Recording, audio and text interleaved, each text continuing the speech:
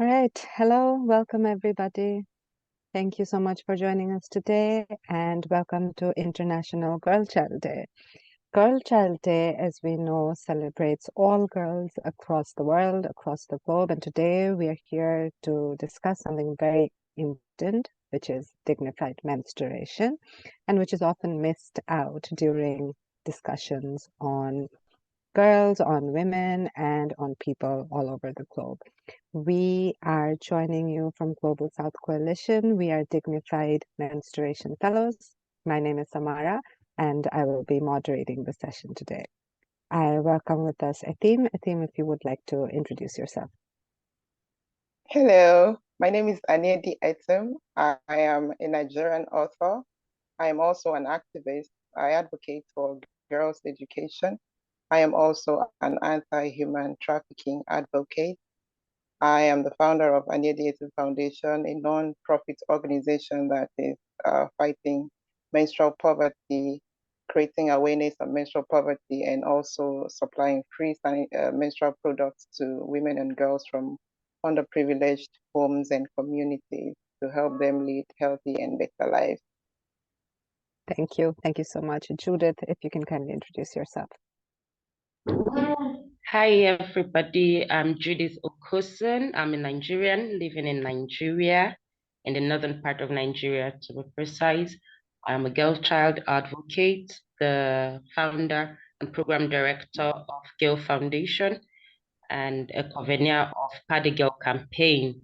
𝗙cie Foundation is a non-profit organization that is concerned about girl child empowerment and development. And then we launched the Party Girl Campaign in 2018, where we educate adolescent and teenage girls about menstruation and also provide adequate menstrual hygiene materials for them to enable them manage their menstruation in a dignified manner. I'm glad to be here. Great. Thank you. Thank you so much for joining us here today. So as I said, I'm Samara. I am from Dhaka in Bangladesh, and I'm the co-founder of an organization called 𝗙liche𝗹𝗹𝗀, through which our tagline is to unlearn gender as we know it. So in order to relearn gender, we need to unlearn it. And that is where we come in. We provide a platform to have safe and honest conversations on our everyday gender experiences. We are a youth-based movement, and we encourage all gender minorities to come to our platform to have these conversations and host these dialogues. So without further ado, I'm going to be moving to the main part of our panel, which is the questions. So I'll be starting with you, 𝗙ihe. I wanted to ask you what your experiences were growing up with menstruation, and what did you think about the word menstruation? What did you think it meant when you first heard it? Okay, thank you, Samara. You see, the truth is, I never heard of the word menstruation until I was one day in school where a close friend of mine, we were actually little girls. She was 13 and I was 12 years old at the time. And it happened that her uniform was soiled with blood in school, and I saw it. I had to ask her what this was, what is happening to you? So that was how the conversation started. She said that it was it was her second menstruation, and that her mother had enlightened her about it when she started. And the scary part for me was when she mentioned that her mother said she should stay away from boys, that things when things like this happen to a woman, a girl, that it means that she is ready. She's a grown woman now, and that if she doesn't stay away from boys, she shouldn't go to play with boys. That if boys so much as breathe on her skin, that she's going to get in trouble after 9 months. And that was quite frightening for me to learn that, okay, not just are girls going to get to this part where their uniforms, their dresses are soiled with blood, but you also have to feel afraid not to socialize with boys, otherwise you're going to get in trouble. So that was how I learned about menstruation, and it was scary to me. And because of that too, it made it seem like menstruation was such a scary thing, and something that should be whispered about, something that people should not hear outside. It should be spoken of in through whispering, and that was a bad startup for me, and I didn't like that at all because I felt very afraid. But as faith would have it, a few months later, I had my first menstruation, and the pattern was different for me because it happened at church, and we were in an evening service, and while I was seated there, I just felt the wetness in my pants, and I also had mild stomach pain at the same time that I had to leave the church and then use the bathroom in the church, and I saw that, oh, I had just had my first menstruation, and so I ran back and then peeped through the church window, called my elder sister, and she came out. That was how we went back home together. And she had a space sanitary pad, which she inserted into my panties, and she showed me how to use everything. She told me not to worry, that it's normal, everything is fine. That was how my mom got to know. And incidentally, I had just turned 13 as well. So my mom got to know it, and everybody was just so supportive. They told me I shouldn't worry about anything, that it's a normal thing. So in the home, I got all the support that I needed. That was how the feeling of fear just left me. Yes. So because I had this support from my family. Right. So it made my menstrual experience, it just made it better. That was it. That's a great experience to have at first go, right? To start off like that. I think for me, I knew what menstruation was about. I'd heard it from like my seniors who I used to go to school with in the bus, and so they would always talk about it, and I always felt that like that was such a big sign of growing up to become a woman, and I couldn't wait for it. But the first time that it happened to me, it was like it wasn't as big or as great that I thought it would make me feel like. So I'd just come back home from school, and then my underwear had turned brown. And so I told my mother, and then she told my father. My father is a doctor, so she yelled and told my father, "Oh, she just got her period." And I was like, "Oh, so this is it?" Like it was a bit anticlimactic. And then there was no discussion about it. I was just put to bed. My mother gave me some paracetamol, gave me a pad, showed me how to wear it, and then that was that. But there was no discussion about it. And there's never been any discussion about it. And I think that is how it's treated in our culture, that you don't have a conversation about it. It's assumed that you know about it and you know how to deal with it, and that's that. And then every month I would just be given a packet of pads. But where's the pad coming from? How would I buy it if I had to buy it?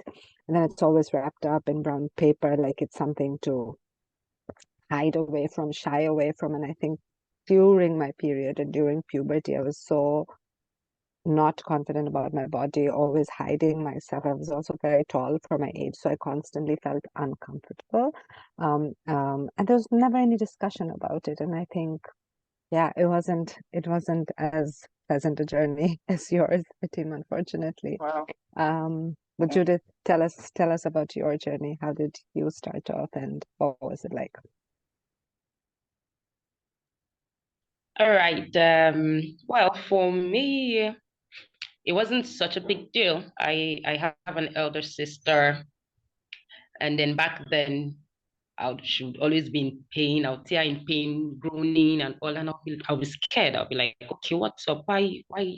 And then one day she told me, it's an experience every woman would have to go through. And I was like, oh no, I don't think I want to go through that. Why would I have to be in pain and all? And then that was when she explained the whole menstruation concept to me and told me, okay, not everybody actually gets to have that pain. For some, it comes easy, and for some, the pain comes and all. So I was already prepared for it before it came. So when it came, it was just, oh, okay, so this is it. But somewhere a few years down the line, okay, while she was doing that, she showed me how to use the sanitary pad. She told me, okay, this is the sanitary pad you use when it comes and how to use it and all. And that was what I knew about menstruation. And then a few years down the line, we had someone around our house, an adolescent girl like us too. And then we observed there were pieces of rags unusually around our room. We shared a room, myself and my sister, and then this visitor too had to share the room with us. So yeah, my sister were like, okay, what's this? What's this? It's not for me, it's not for you. So definitely it's for the other girl. So we had to ask her, okay, what's this? She said, it's for her. Okay, what for? And she said she uses it for menstruation. We're like, why? She said, okay, that's what they were taught. Herself and her other female siblings, that's what they used.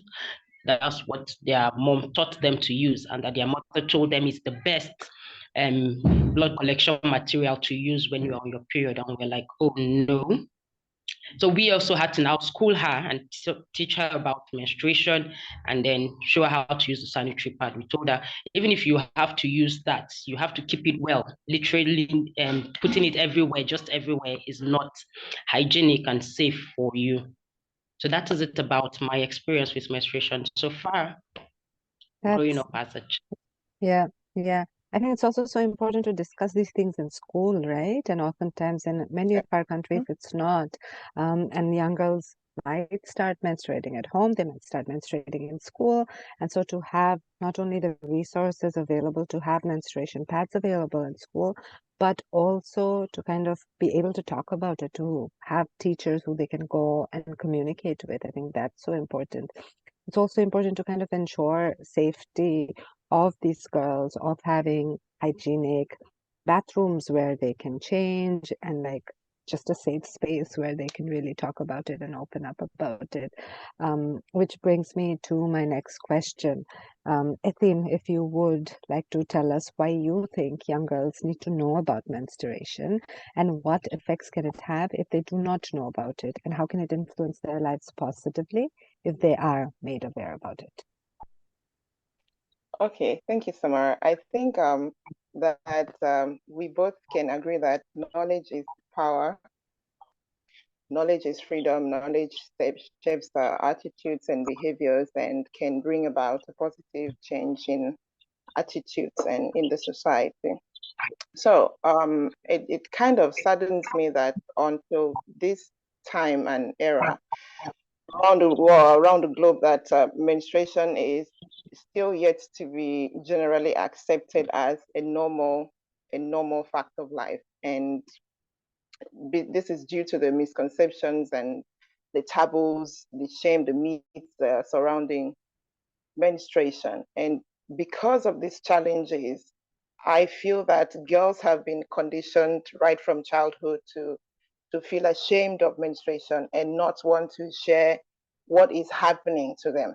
So when you are afraid of something, when you are shy of something and ashamed of it, it holds you back from talking about it, from expressing your grievances. Because when you have this confidence, and when girls come to understand that menstruation is so normal, nothing to be ashamed of, which is the work that we do, when they come to understand that it is a normal thing, nothing to be ashamed of, express yourself and be positive about it, have this confidence. When they have this confidence, they can now talk about menstruation. They can now share what is happening to them. Because imagine a scenario where a girl is having this heavy bleeding and she is quiet about it. That heavy bleeding might indicate that there is an underlying ailment there that needs to be investigated. So until she has this self-confidence to speak about what is happening to her, she cannot get the help. So menstrual education, girls need to learn about menstruation. When they learn about menstruation, they can gain the knowledge and actually get the help that they need. That awful migraine during menstruation could mean that something is wrong with her. That waist pain, it could mean that something is wrong with her.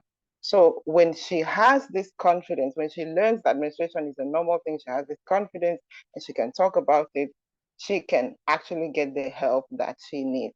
So that is what learning about menstruation can do for girls. It can help them get the assistance that they need. Is it menstrual product?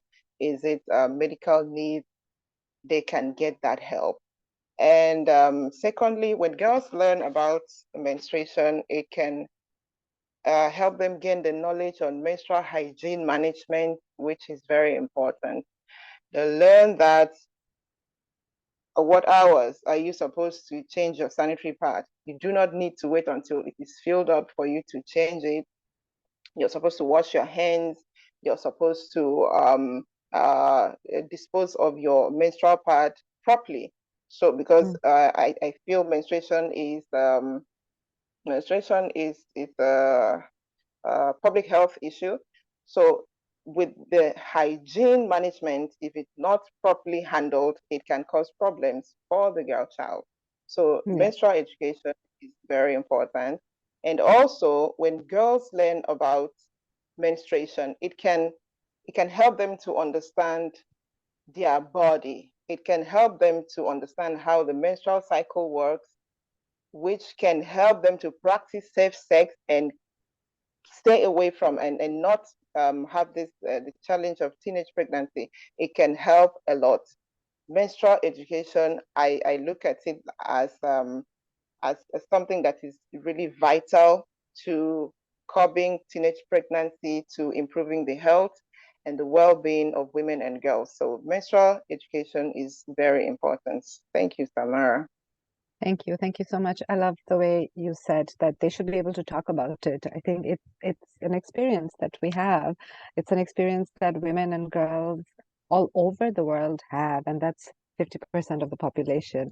And I see no reason why we should have to shy away from it and not talk about it and hide in our houses, in our homes, and not be out in the streets and not be able to do things as long as we can physically, right? As long as we're being able to do it physically. Judith, same question for you. Why do you think it's important for young girls, and how can it influence them positively when we are talking about menstrual hygiene and menstrual and dignified menstruation? You're muted, Judith. You're on mute. Judith, you're muted. Yeah, thank you. All right, thank you very much, Samara. Okay, just to add to what ETIM said, aside the reducing stigma and shame associated with menstruation, it also helps adolescent and teenage girls to be prepared both physically and emotionally for menstruation. We all know all the physical changes, the emotional and the hormonal changes that come with menstruation and how they can affect our emotions and our moods and all. But if girls are knowledgeable about it, it helps them to ease the anxiety, the confusion, and all those that came with it. My story about my sister, okay, having that conversation with her made me realize, okay, there is a possibility of going through that. So I was prepared. Even when it came, I knew, okay, it's normal. And then they know that the one that is beyond normal, that needs medical attention, and go for it. And then it also helps them to make informed decisions about their bodies, their sexual health and their sexual rights as well. There's this story we heard about a 14-year-old girl. She said she was having a conversation with an older male and she was complaining about menstruation to him. Like, okay, she doesn't understand why she has to go through that pain all the time and then the blood and everything. And he told her, okay, I can help you take it out for a while. You won't get to experience it. And she was like, wow, okay, I would love that. And that was how he lured her into having sex with him, and he got her pregnant. And then the first few months, she was glad. She met him. I was like, oh, that thing you did worked. I have not seen my menstruation in a while.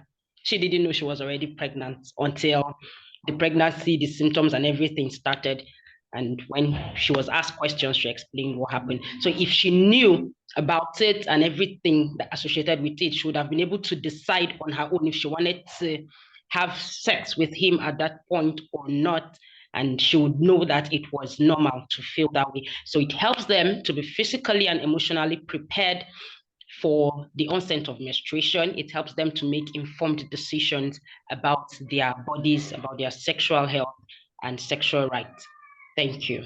Absolutely. Thank you. Thank you so much. It's all so interconnected and interrelated, right? Us talking about our sexuality, understanding consent, understanding pleasure, being aware of gender-based violence. And I think the start of all of that is when a girl starts menstruating. And it's so important, that part of our lives, for other people to be able to understand us and support us, for men to be allies, for our families to be important. And like you were talking, both of you, about our health and physical and mental aspect of it, as well as about menstrual hygiene.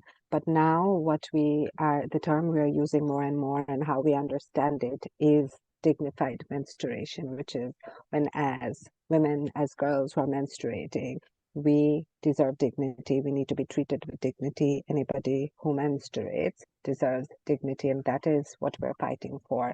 That is what we're aiming towards. So ETIM, back to you. When you think about dignified menstruation, when you hear it, what does it mean to you? Okay, so to me, dignified menstruation means for women and girls that are menstruating to be able to manage their menstruation well, with respect, with the privacy they need, both when they are in their homes and when they are out there. Maybe probably they are in school or at their place of work, in the market, in church, or in their places of worship, wherever it is they find themselves, and there is a need to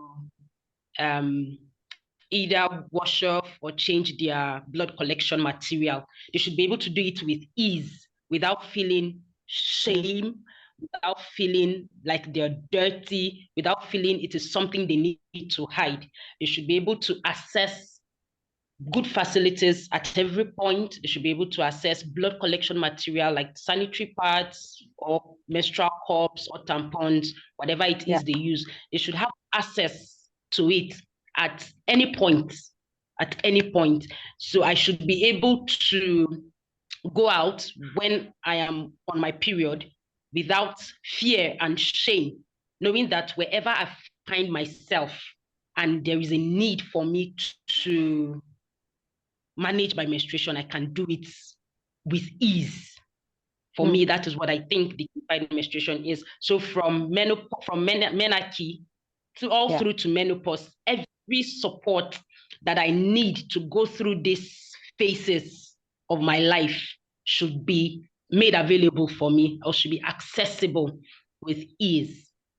That's what I think dignified menstruation is. Thank you. Absolutely. Thank you. So whatever I need, right? I should be able to go out if I want to go out. I should also be able to take days off if I'm in pain and if I am struggling. Both of these options need to be made available to me. And as you very nicely said, or everything that I need basically when I'm menstruating or when I'm not menstruating, as a menstruating person, I should have knowledge, access to resources, and allies and a support system. That's wonderful. ETIM, if you want to answer the same question, what does dignified menstruation mean to you?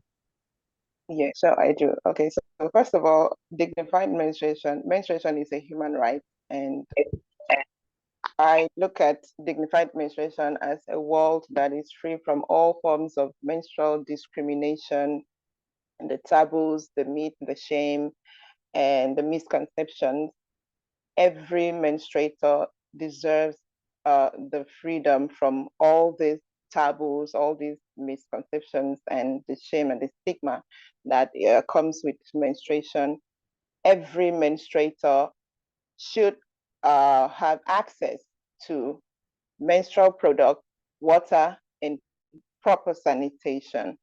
Every menstruator, for menstruation to be dignified, every menstruator deserves the right to sleep in the same room as others and not be restricted or excluded to sleep in so-called menstrual wards, which can expose them to and other forms of harm, including death. We have heard stories of how teenage girls have been beaten by snakes in this so-called menstrual hut just because they were restricted from sleeping in the same room as other people. When we can achieve dignified menstruation by including all menstruators in all aspects of life, by not looking at them as second-class citizens. Dignified menstruation, for also achieving dignified menstruation, all menstruators should have the right, should have the freedom to bath, take their shower in dignified places as other people, and not being told to get in the back or get in the bush because they look at you as unclean, they look at you as someone that is cursed at the moment just because you're bleeding. This is not a natural thing. Menstruation is a natural thing. So all menstruators should be able to access facilities, should be able to feel like human beings. Menstruation is a normal thing. So all menstruators deserve the right to privacy, and they should have that. Dignified menstruation, I would add that it is a means to an end to teenage pregnancy, to sexual violence, a means to an end to child marriage, because how can you say that a girl's first menstruation signifies that she is ready for marriage? That is because of ignorance. So for us to have a dignified menstruation, for people to experience dignified menstruation, they have to be treated normally and not interpreted. Not menstruation should not be interpreted to mean something else. Dignified menstruation is a means to an end to child marriage, and it is a means to an end to all the restrictions and the silence surrounding menstruation. Thank you, Samara. Thank you. Thank you. That was wonderful how you said it is a means to an end. And yes, it is a human right, right? It has been declared to be a right by the UN as well. And since then, there's been a lot of work that's been happening. But before that, there was so much silence around it. There was not enough conversation about dignified menstruation. This, in fact, in itself is a very new term that we've only started using very recently. And like you said, it's not it, of course there's one thing which is about the physical ability of the girl to have children and whether she's ready or not, and child marriage is a big issue in so many countries, including Bangladesh. Bangladesh is one of the countries that has the highest number of child marriages in the world, actually. But even the effect on the girl and the woman's mental health, I think that also needs to be talked about so much. What it feels like when menstruating, why we need more support and a supportive environment while menstruating, while menstruators deserve dignity and allies and to make their lives more comfortable while being in menstruation. The entire mental aspect of it, I think, is not talked about enough. That also needs to be stressed more and more. And I think, yeah, we're just getting started on this journey, on this very brave journey. We are almost towards the end of our session. I would now like to ask both of you if you had one key message that you want to give to our listeners today during International Girl Child Day. So what would that be? Judith, you're muted. All right, thank you very much, Samara. So on this International Day of the Girl Child, I would want to wish every girl out there a happy International Day of the Girl Child to her. And then I would like every one of us to reaffirm our commitment to empowering and educating girls around the world. Together we can break barriers, we can break stereotypes and all the challenges surrounding the girl child and provide them with the support and opportunities they need to thrive and lead.